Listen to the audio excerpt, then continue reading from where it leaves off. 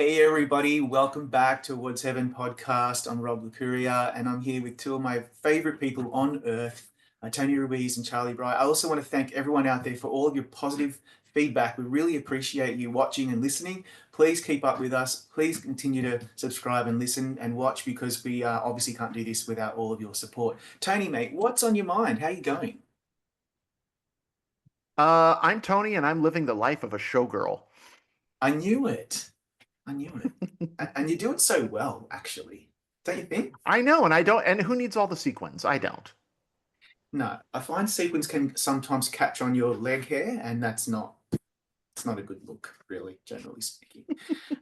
Speaking of sequins, I'm also joined by Charlie Bright. Charlie, you've just come back from Middleburg Film Festival. I want to hear all about it, so go. Okay, well, Middleburg had its 13th annual film festival. Middleburg is a very small town out in the exurbs of the Washington D.C. area. It's about an hour away from Washington D.C. proper, which I'm right next to. I'm in Arlington, Virginia, which is where the Pentagon is. So it's about an hour drive out there. It's at this wonderful resort called the Salamander. For 4 days, that town gets transformed into a big hub of entertainment and publicists and distributors. A lot of distributors there. I got to meet, and a lot of other cool people from other publications. Some of our sister publications had people there, like both Clayton and Jazz, who have been going there. This was my 11th year there. Um, I think that was their 10th year because I think they started coming the year after I started going there. And this was back when Clayton, before he was even writing for Variety, he's been going to this festival. And I also got to meet people like Ann Thompson for the first time, and she was lovely. Just a wonderful person to talk to, and as someone who's been around the block a few times. Um, and then also people like Joey Moser and Mark Johnson and Ryan McQuaid. Me and Ryan Ah, McQuaid were staying at the resort this year, so it was cool. I saw 13 movies over the course of 4 days, um, including three of what are probably uh, very big favorites to get into international feature. The voice of Hind Rajab, which is being submitted by Tunisia. It was wow. just an accident being submitted by France, and Sentimental Value being submitted by Norway. I got to see all of those. I also got to see Secret Agent from Brazil. Um, and I got to say that I think probably the two films that left the biggest impact on me were Voice of Hind Rajab and It Was Just an Accident. They're Wow. incredible movies. Jafar Panahi was there at the festival. Um, it really is just an amazing. A Voice of Hind Rajab will really just that for me. It had like a very zone of interest feel, like like when you're done with it, you're like, Jesus Christ, what did I just watch? And Wow. yeah, it's overall there were a lot of there were a lot of good movies. I got to see Hamnet, which I liked. I'm just Chloe Zhao's movies have never really worked for me. They don't hit me as I know they hit a lot of other people. And I'm Like, not looking to take away from that from anybody. I'm not looking to take away from that from anybody. I think if you like Chloe Zhao's previous work, you're gonna really admire Hamnet. Um, and I think probably the biggest surprise for me was Rental Family. I was actually surprised how much I enjoyed that movie. Considering, but from what I saw from the trailer, it wasn't necessary. I didn't think I was going to vibe with it, but I ended up really enjoying it. So that was a good thing. and Hamlet and Rental Family both won, right, at the film festival. They jointly, for the second year in a row, actually, there was the audience award was a tie. Last year was the first time it happened, and it was with my two favorite films at the festival, Conclave and September 5th. Um, Wow. and this year it was Hamnet and Rental Family, and both of those directors were there in attendance at the festival. Chloe was having a great time walking around the resort, doing just that's the cool thing about it all being at this resort is that you just see people just hanging around, having a good time. I saw Joel Edgerton this year, who's a real chatterbox. He just gets around and he just latches on to people and very easily will have like we'll stand around and talk with someone for 20 minutes. And I had met him a couple of years ago when he was there for Boy Erased, and he was just hanging around playing frisbee at one point during the Saturday. You know, he was just that's the cool thing about this. People are just chilling there, and it's fun. You know, like typically the Aussies are always so laid back, and that's what we love about them. And Joel Edgerton's a really, really good guy and such an excellent actor as well. So I'm Yeah, very yeah, happy. yeah. He was there with Train Dreams. Yeah, so it's a film that is.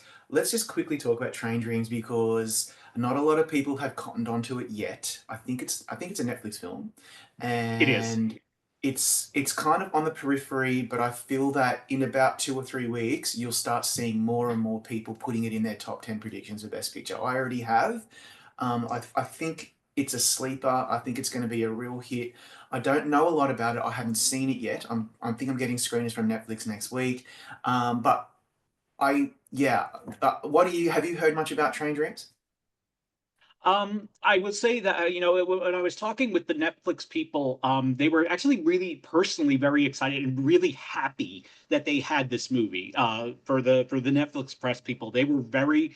I'm not saying they liked it like over things, but they were really proud of this movie that they were, and they really think that there's a path for it, and I think there is too. Um, Personally, I thought it was okay, but I definitely could see how this could be a very emotional movie that will appeal to certain people, and maybe I think Joel Edgerton could probably get in at the Golden Globes for Best Actor.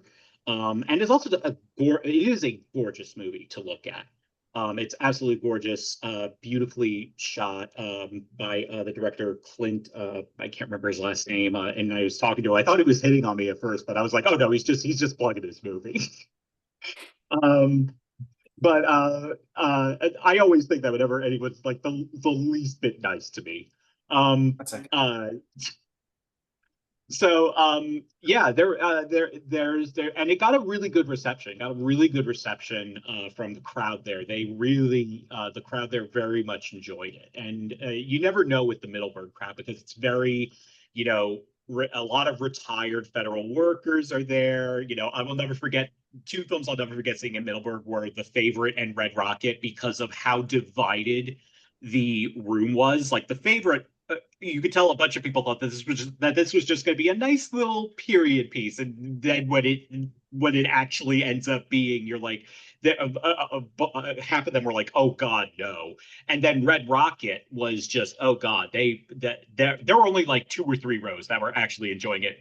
One of them, which was mine, which was a bunch of press people, friends that I had from George Mason University. We were loving it, but they were other people not so much in that crowd, but they really did love Train Dreams. Wow. Well, I'm really looking forward to that. I hope we get to see it soon so that we can talk about it on this pod.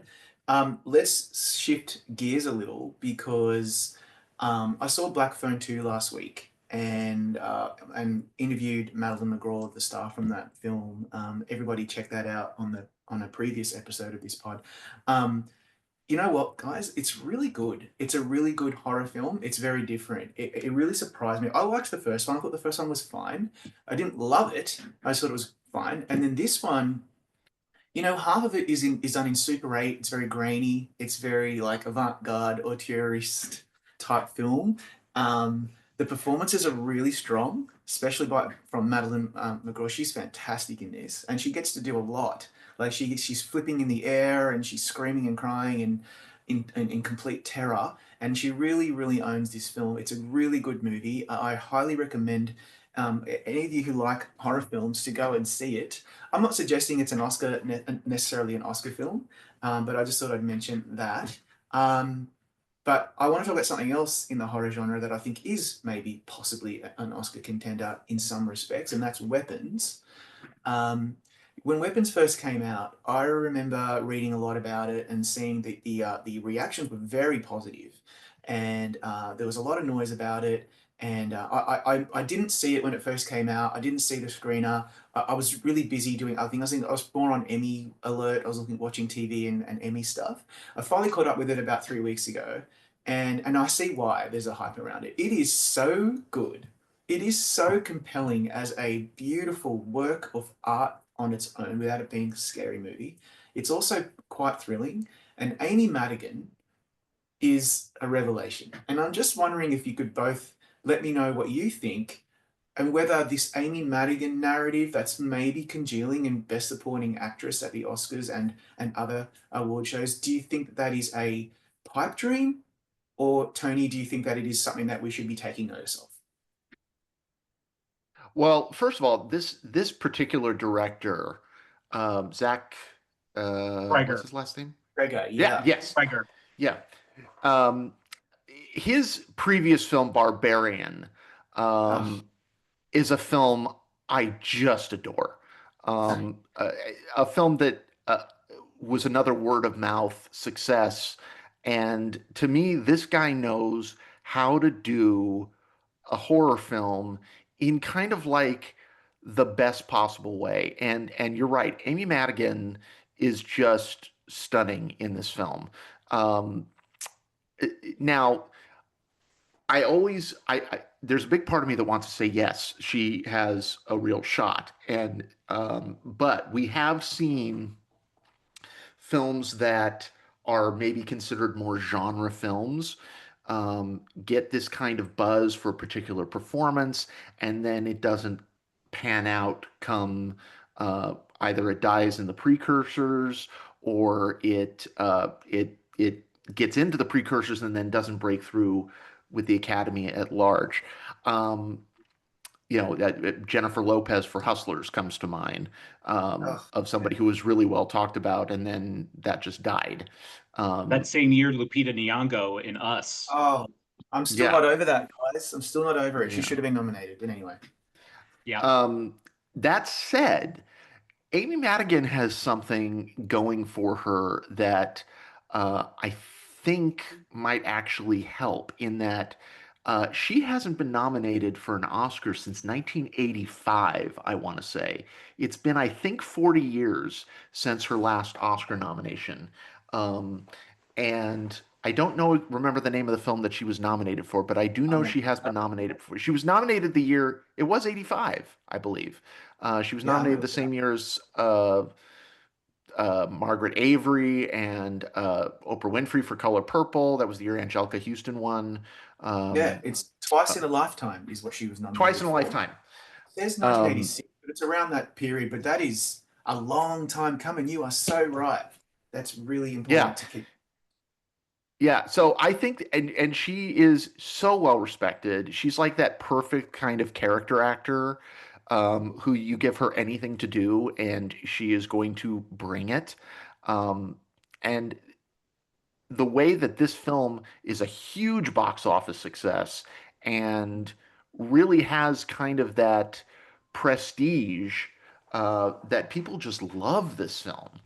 So Yeah, I think there isn't actually a chance. I think we'll have to see if they can keep the momentum going and keep pushing her, keep putting her out there, putting her forward to get see if they can get her that nomination because I think she deserves it. Um, yeah. you know, I I love it. I love it when people are like going, "That was Amy Madigan." Yeah, I know. And you first see glimpses of her in the first act and a half, and I'm thinking, oh, what's with all the hype? And then by by the end of the movie, it's all her. And I wanted her on the screen the whole time. Like every time she wasn't on the screen, I'm like, I want her back because she was so damn good. And I must say, the reason why I'm so hyped about this, one of the reasons, is because I feel like she should have been nominated for Field of Dreams way back when, a little bit after when she first got that one nomination. Um, and she's just an actress I've always really, really loved, and I'll watch anything she does. And so I really want this to happen, and I want awards voters to look past maybe their bias against the horror genre. Like, Toni Collette should have been nominated for Hereditary. That's one of the greatest performances I've ever witnessed on film, and she missed out, unfortunately. Charlie, what do you think? Do you think that we are just completely wish casting here, or is there a possibility? I don't think so. I think that the fact that the buzz has really been concentrated on Amy Madigan and maybe for the because I actually am predicting it in original screenplay right now. Um, Wow. I think the fact that it's more concentrated with where where it could show up on Oscar morning is a good thing for it. But then again, I think you think about some of the other genres, like the only time that, or most of the time, the genre performances get in when it's in a Best Picture contender, and I don't think that Weapons is going to hold out for Best Picture. But I still think the fact that Amy is, she's a very well established actress, and there is a serious campaign for her, I think is a good thing, and I think that that's going to play well for her. It's interesting that this movie's written and directed by Zach Kreger. I was a big fan of Zach Kreger when he was in the sketch comedy troupe, the Whitest Kids You Know. Mm. He had a lot of very famous skits that he did with them, including What Really Happened to Abe Lincoln, where he plays Abe Lincoln, and he has such lines as "Suck my presidential cock, motherfucker," which is just one of the greatest lines of all time.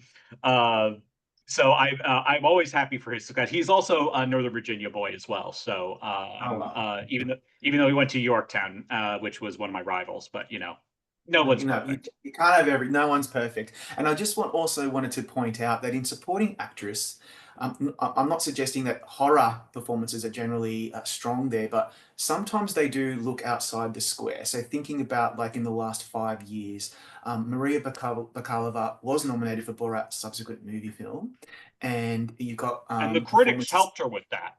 The really critics helped. really helped her with that, and I have a feeling supporting actress feels very wide open this year. I don't feel like there's a definitive front runner like there might Yes, be with actor or actress. and So that I think helps. that that helps, and who knows, that could even help her win. Possibly, that could put her in a very prime position if enough Yeah, critics groups go with her. And I think there's a that's very right. solid chance of that. The critics have to get behind her. Other performances are like, Angela Bassett was nominated for Black Panther Wakanda Forever. Now, obviously she's Angela Bassett and she had a lot of precursors behind her, but I was always skeptical that the Oscars would go there, and they did. They at least nominated her. You've got America Ferrera was nominated for Barbie. I mean, that is that, and a lot of that was because her performance was just undeniably fantastic in that film.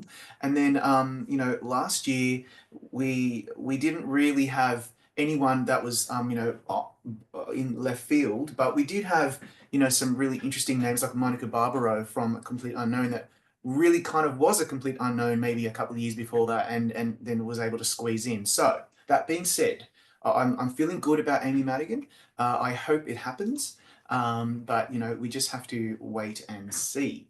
I'm going to try to I also share. find it interesting. They Yeah, they do the Oscars will sometimes make the genre will the genre film will break through, and sometimes it'll win, going all the way back to 1968 with Ruth Gordon and Rosemary's Baby.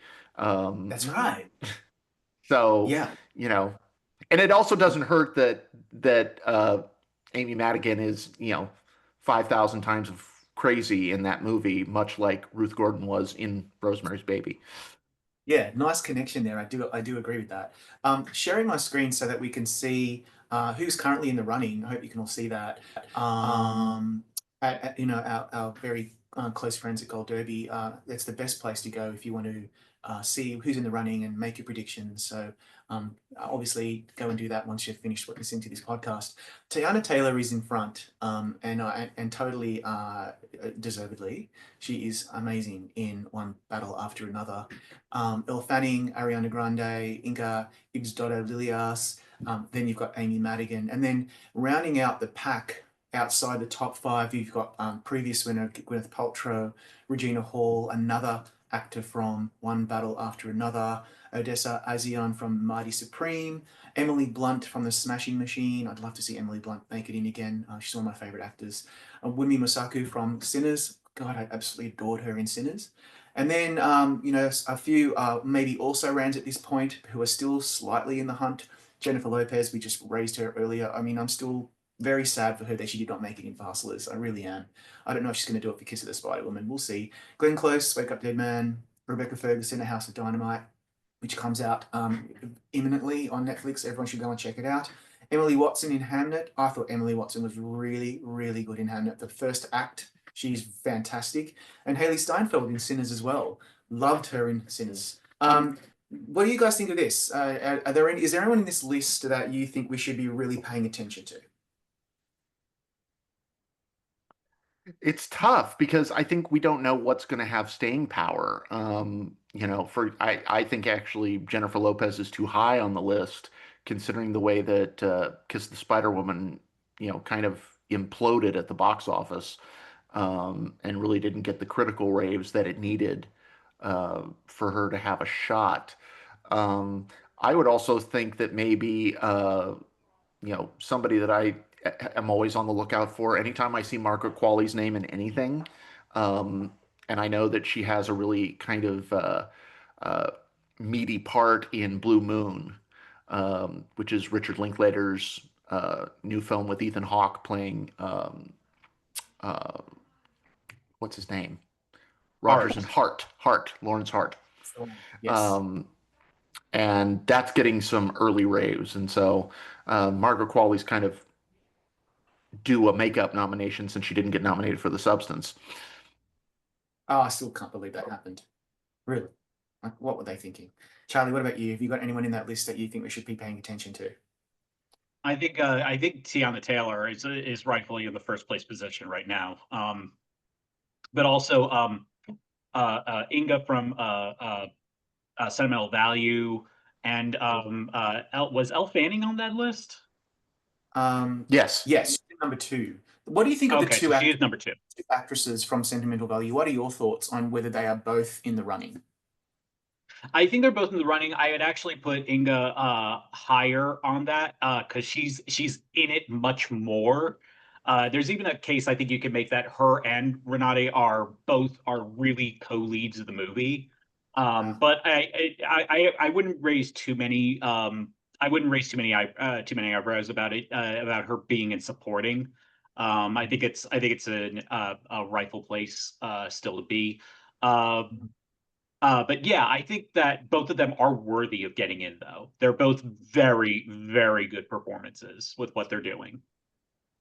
Very exciting. It's a really interesting race, as you say. There's no real clear front runner yet, although I feel like Tiana Taylor is starting to happen for her, and she's maybe creating some space between her and the rest of the pack.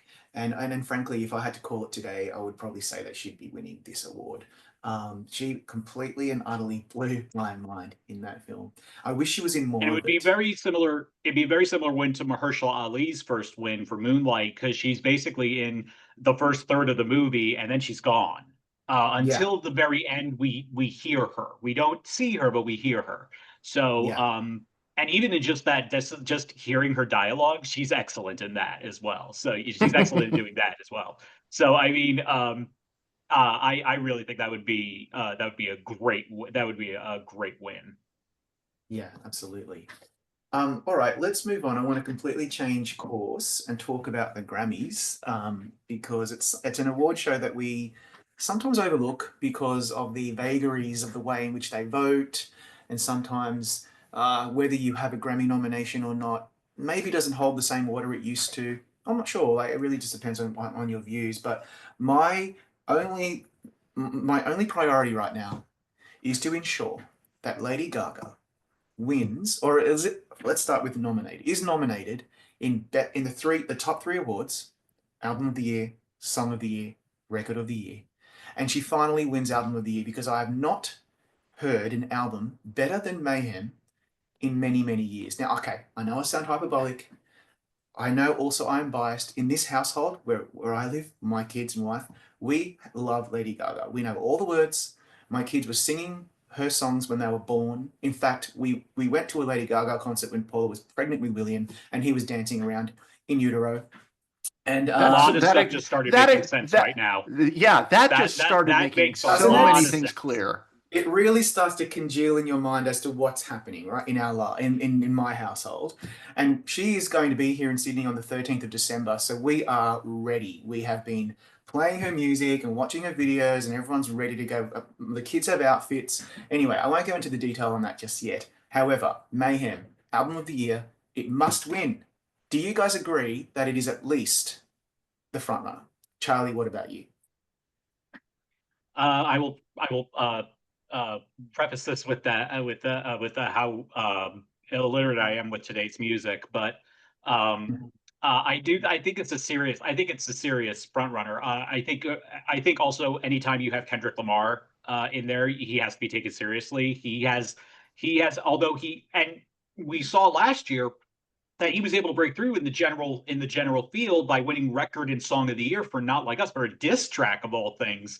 But I actually that was one of the greatest moments when he got up for record of the year and he took a little while to get up on stage, and when they got to the A minor part you could hear everyone in the what's it called now, the crypto.com arena or something.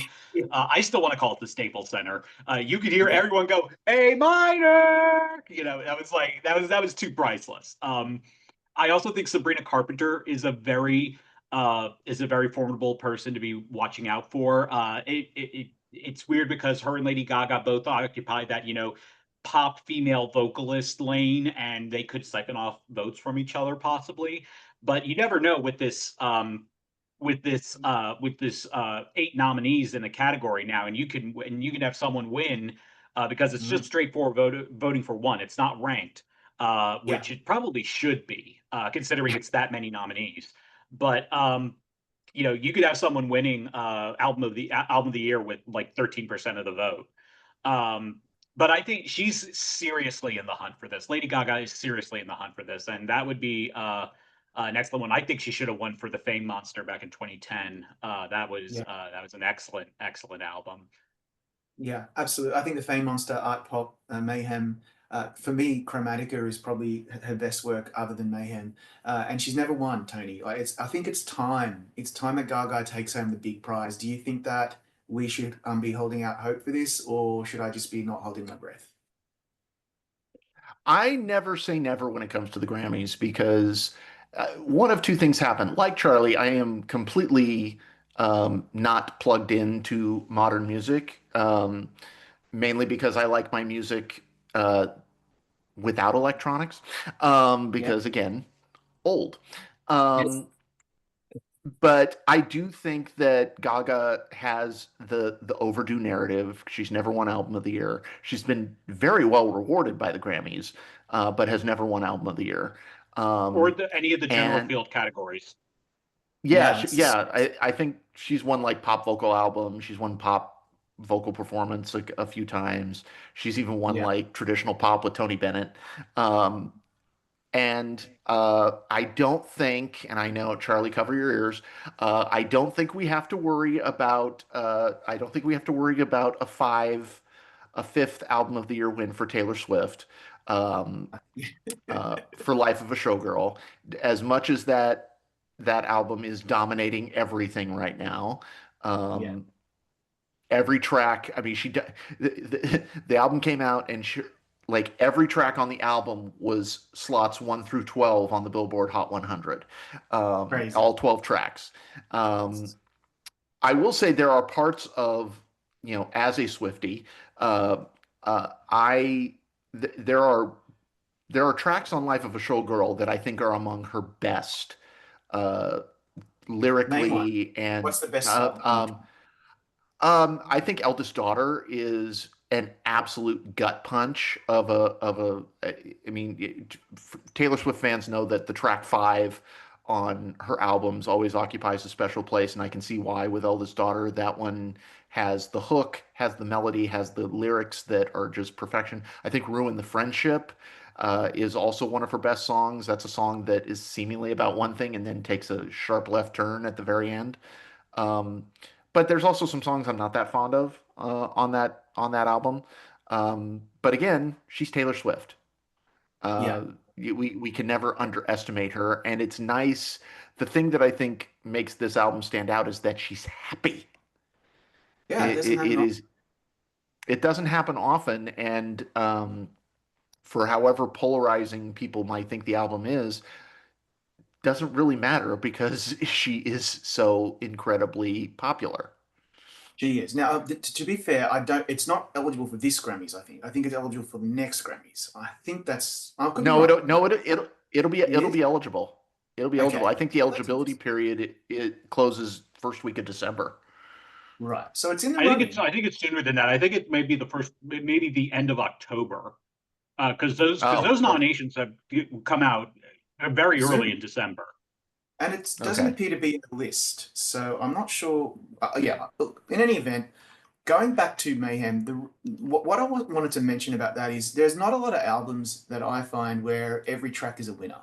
There's always going to be a skip track on every album that I love. There's always one or two. On this one, there's none. Disease, Abracadabra, Garden of Eden, Perfect Celebrity, Vanish Into You, Killer, Yes, she incredible. won't be. So Taylor Swift won't be eligible. The eligibility Okay, period actually ended August 30th. there you go. That's pretty early. There you go. So that helps. That helps Lady Gaga. A song like Zombie Boy and Love Drug and How Bad Do You Want Me, and the new ones that she just added, like The Dead Dance from Wednesday. Yeah, I really think like Mayhem is it, and I think Abracadabra is definitely in the running for record and maybe Song of the Year, and especially the video. That video blew my mind, and if you can go onto YouTube and you can watch people react to it.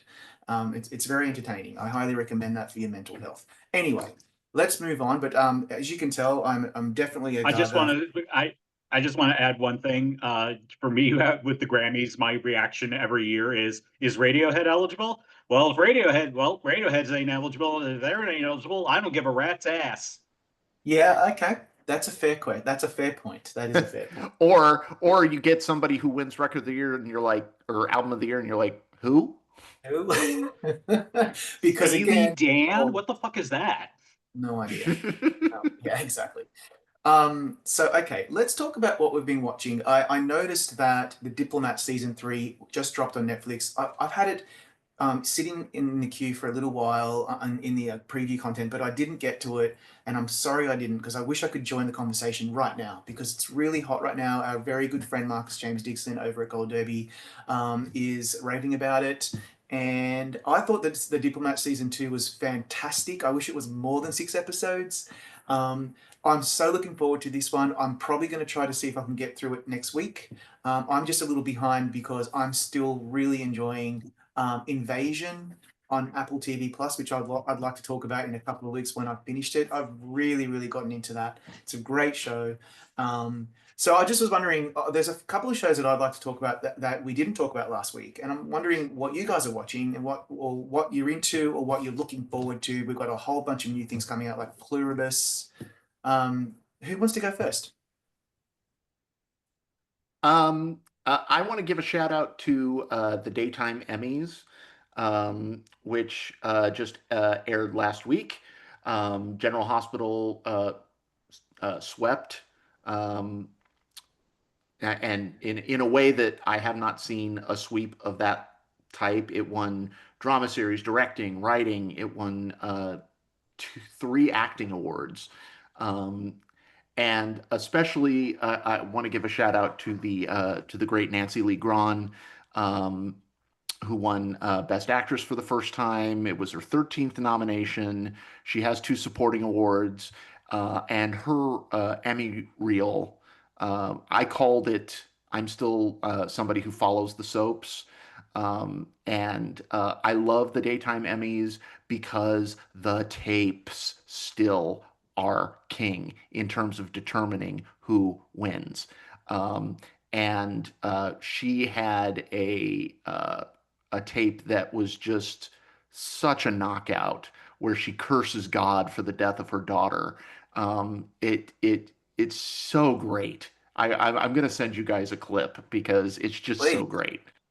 I have to add something because I meant to message you this so for those listening, we have a group chat that we're in, and you sent the thing that said she curses God in it, and I thought you meant that she had done that in her acceptance speech, which I was really hoping for because you also get some great acceptance speeches to the daytime Emmys. The queen of which, for me, was Jeannie Cooper when she won for Young and the Restless. That when first thing she says when she gets up on stage is, "I bet you all thought I had died."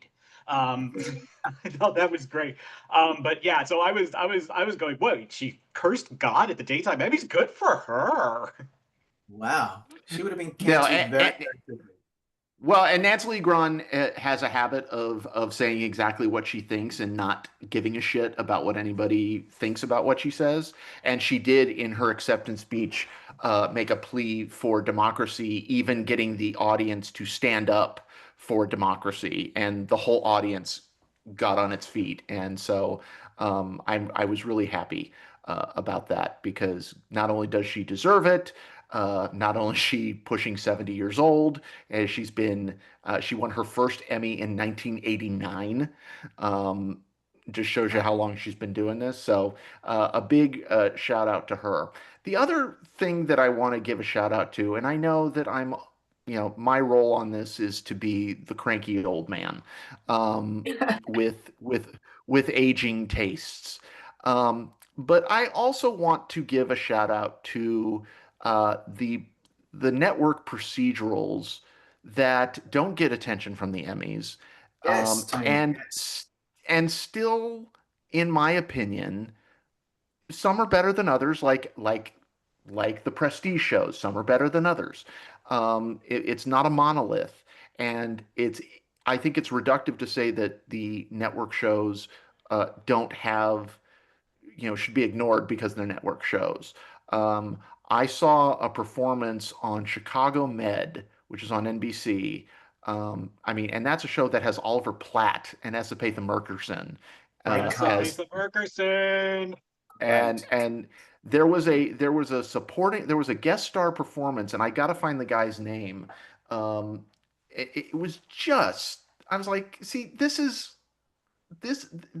a true guest actor performance that is worth Right. recognizing, and we just don't do it because there's the stigma of being a network procedural. I'm sorry, they're popular for a reason because they're entertaining. They have to maintain that consistency over sometimes 22 episodes a season, and I think Yeah. they don't deserve to be shit on for that. Do you remember back in the day when the guest actor and actress categories would be full of performances from all kinds of network shows like Law and Order SVU, and usually a couple of outlier shows that weren't getting any love anywhere else. And these days, it's just three shows like Last of Us and Severance and shows that I adore.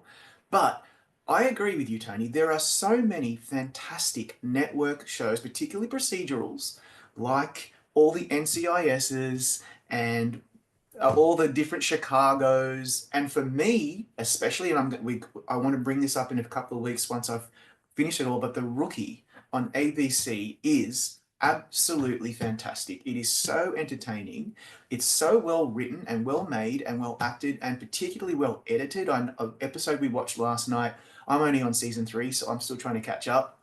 It was an episode that was like a mockumentary where they were all being interviewed by this documentary team, and the way that it was edited blew my mind. And I think Nathan Fillion is such an excellent actor, and in any other universe where there wasn't this snobbery, he would be receiving nominations for The Rookie. Unfortunately, they just get completely ignored. Charlie, do you watch much network TV at all? No, unfortunately not. But I do catch clips of some of the stuff. I've seen some of the stuff, you know.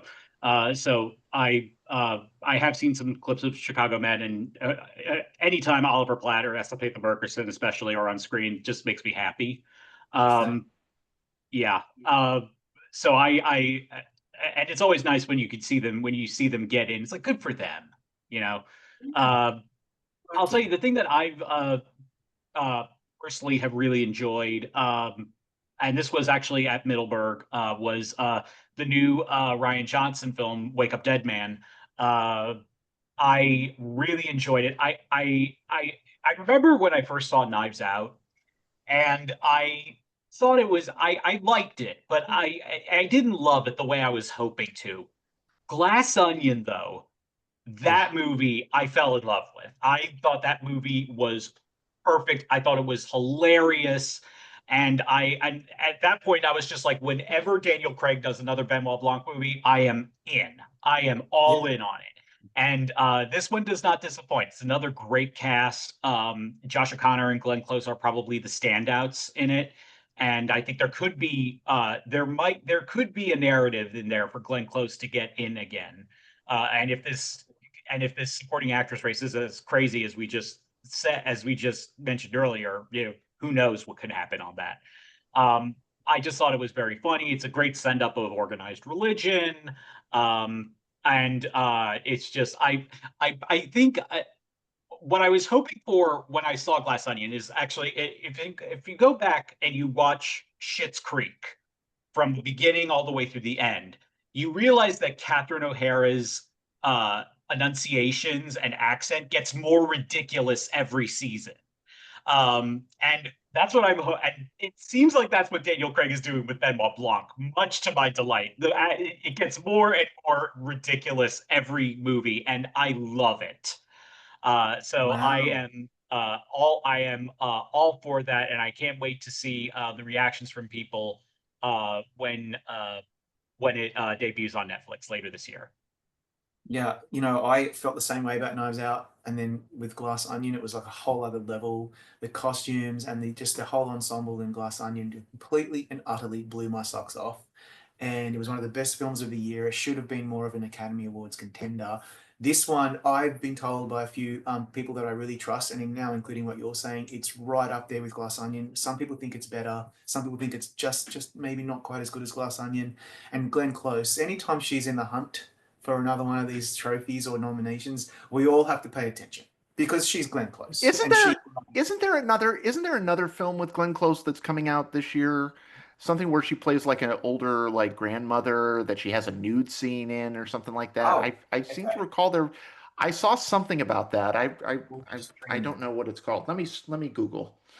Okay, well, yeah. Anytime Glenn Close is in the running, we've got to pay attention because, where some of us are still getting over the fact that she did not win for The Wife, and it is what it is. But we're just going to have to get on with it. I'm sure Glenn Close is doing very well in her life and does not care that much that she hasn't won an Oscar yet. But I think she'll get one eventually. I hope she does because I really, really enjoy all of her performances. She's fantastic. But what was that movie Deliverance? With the Deliverance, it was last year where she plays like the old lady who it becomes like Was that the Lee Daniels movie yes, like that where is she becomes kind of like a demon at the end a demon and and says she's something that I will not repeat? that you will not repeat. But I mean, we all know that was so good. That characterization that she plays, that kind of, I don't know what that was. I'm not really familiar with that whole thing, but I thought she was so good in that movie, and that movie did not really work for me, but she was fantastic. Yes, Um, there is a Glenn Close movie coming out that came out September 19th. So which means it probably came and went, called The Summer Book. oh, I Um, had not heard of that. Okay, well, yeah. we'll see. Um, as far as what I've been watching lately, I did mention Invasion, which I'll talk about in a few weeks when I finished it. But I really, really enjoyed The Gilded Age season three. We got through that pretty quickly.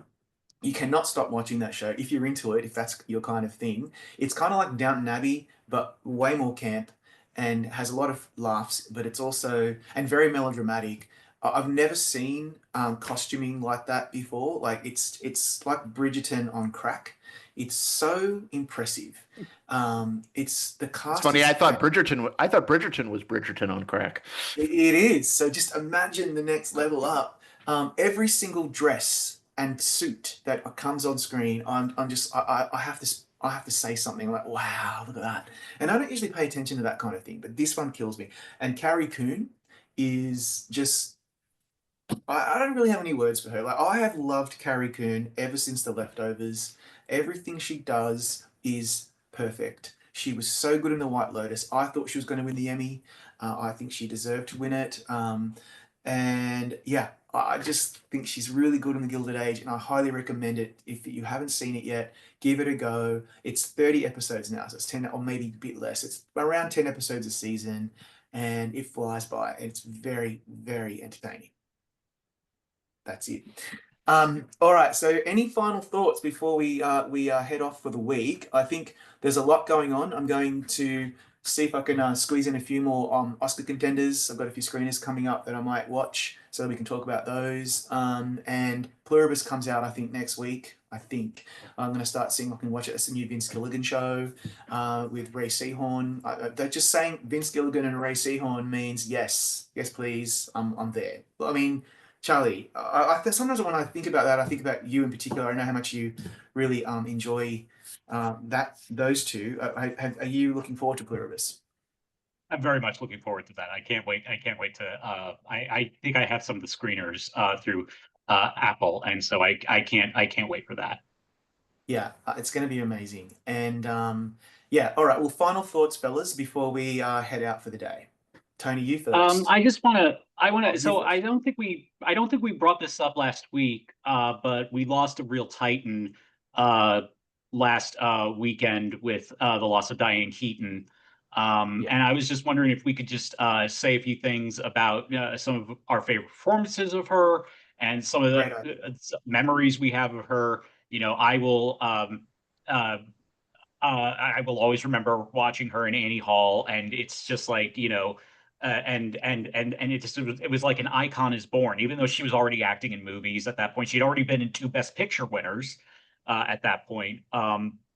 But her performance in Annie Hall is so great. But also, I I love that that we a bunch of people were starting to uh, rediscover how great she is in the Godfather movies, Mate. and how she is that last shot of when that door is closing in that first movie. She is just so incredible and can and with one look at the camera can just convey so much. Um, Yeah. really was a true national treasure. On that, with the day that I found out she had passed away, I just happened to be visiting my parents, and they're in their 70s. They're Italian background, so The Godfather is part of it's in our DNA. We watch it every Christmas together as a family, and we were all at the dinner table, and I just said, look, that last shot when she's looking at Michael and she doesn't. There's not a lot going on the surface, but you can see that the character is like, I've lost this battle, I've lost him, and this is my life now, and I've got to suck it up, or I'm going to have to leave. It's so brilliant. It's literally 2 seconds. She is phenomenal in The Godfather, and the other one that I always think about with her is The Family Stone. That is my Oh, favorite she's film so of good in that that year. movie. Oh my God. And the fact, because the character is dying, um, there's a scene where Sarah Jessica Parker's character is giving this gift, and it's a photo frame with this beautiful old picture of Diane Keaton, um, but pretending that it's the actor, the character, and everyone in that room, all of her adult children, are looking at each other and giving each other the nod, and it always brings me to tears because I imagine that that's what it would be like when you eventually lose one of your parents, particularly your mother. And now it's going to have so much more resonance for me. I watch that film all often, and now I'll be watching it, looking at her and thinking she is gone now, and it just means so much more to me that we get movies like that we can hold on to, like Father of the Bride and all these other great movies that she's done. Tony, what do you think about Diane Keaton? Yeah, well, my father will quote The Godfather in pretty much every conversation. He has an encyclopedic knowledge, and I think you guys bringing up the shot of Diane Keaton at the end of The Godfather with the door closing. Uh, I think a great mirror to that is is Michael closing the door on her in Godfather 2. Um, Yes. but for me, um, Diane Keaton will always be the mom and father of the bride. That was such a seminal moment in my childhood. It's another film that we talk about, and The Family Stone is a favorite. I can't remember if I posted in the group chat of the scene between her and Dermot Mulroney, um, Oh, mate. where I mean she just breaks him. Um, and but for me, I think one of my all-time favorite performances is her in Something's Gotta Give.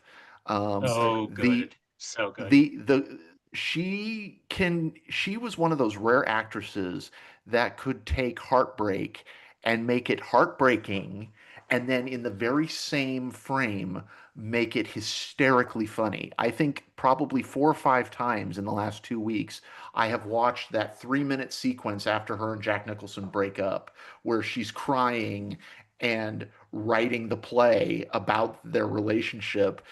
And it is so spectacular.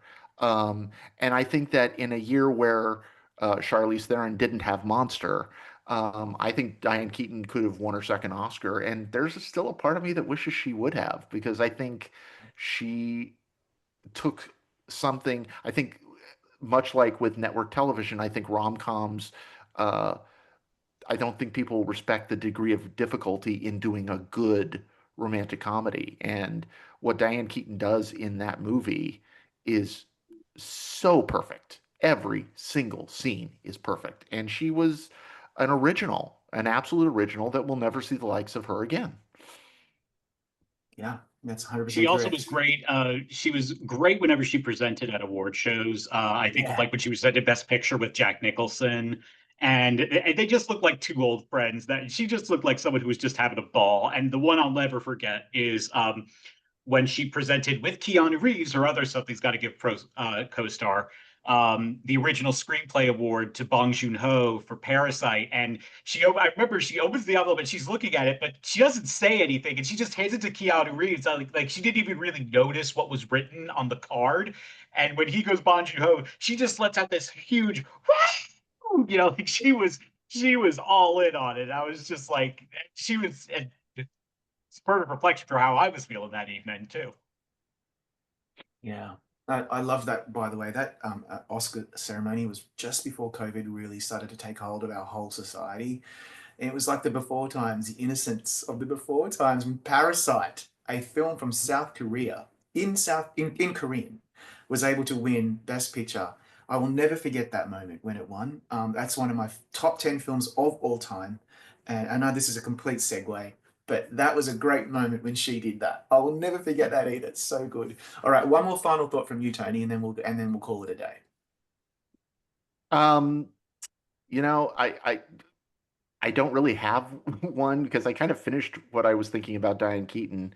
Um, I do think that I saw something, I can't remember if it was in Hollywood Reporter or Variety, that we really kind of are hitting this really weird turning point. And I think this happens with every film lover, where you reach an age where the seminal people of your film going life, between Robert Redford and, which for me, or Ordinary People, um, was a seminal moment of my life, seeing that film, because I am old enough to remember that film. Um, but I think the 1-2 punch of Robert Redford and Diane Keaton. I mean, that's a bygone era of cinema. Yeah, and it's just gonna, as you say, it's just gonna get worse and worse as the months and years go on, and we start losing the people that we have admired and loved in our childhoods, given that we are all in a similar age. And Or the people that just helped us fall in love with movies, and that's that's when and when I think of that, I think of like when we lost David Lynch, how much of a huge heartbreak that was, because he was it wasn't just his films, but his films were an entryway into all this other stuff. All these other crazy movies of cinema that were birthed because of his style. And it's always it's a tragedy, but it's also a great excuse to revisit those classics. that's right. They will always be there, and you're right. It's like eventually when someone like Ridley Scott passes away. I hope that never happens, right? But it's just those kinds of people. They're the ones that, as you say, Charlie, so eloquently, they're the ones that helped me understand what cinema was all about and my love for the films and TV shows and art. And it's going to be very, very sad as we keep losing them all. But you know what? You're right. We just keep watching them and we keep remembering them, and their legacy will live on. Um, to that end, thanks both of you very much for joining me today. Thank you everyone for watching, and we'll see you next time.